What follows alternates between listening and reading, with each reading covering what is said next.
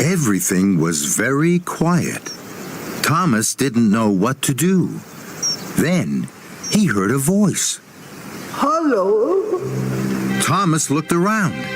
There was no one there. He waited, hardly daring to puff.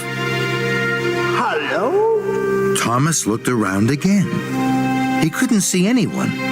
The voice seems to be coming from the bushes.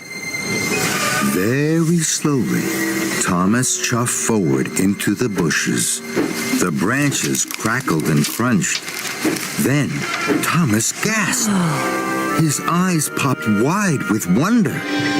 There, on the other side of the bushes, was a very old engine. It was broken and rusty. Thomas felt scared.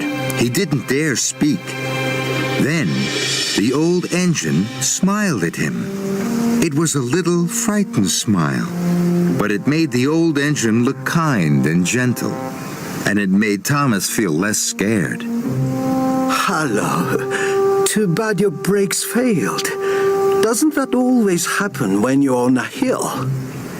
The old engine smiled again. Thomas wanted to smile too, but he was scared. He didn't know whether to speak, toot for help, or race backwards as fast as he could chuff.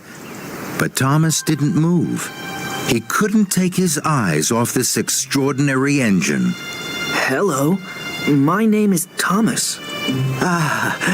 My name is Hiro. Thomas wasn't sure what to say next. He'd never met an engine as old and strange as Hiro. Why are you here? Where have you been? That's a very long story. Do you like stories, Thomas? Yes, the little engines in the hills tell me stories all the time. Then, I hope you will like mine.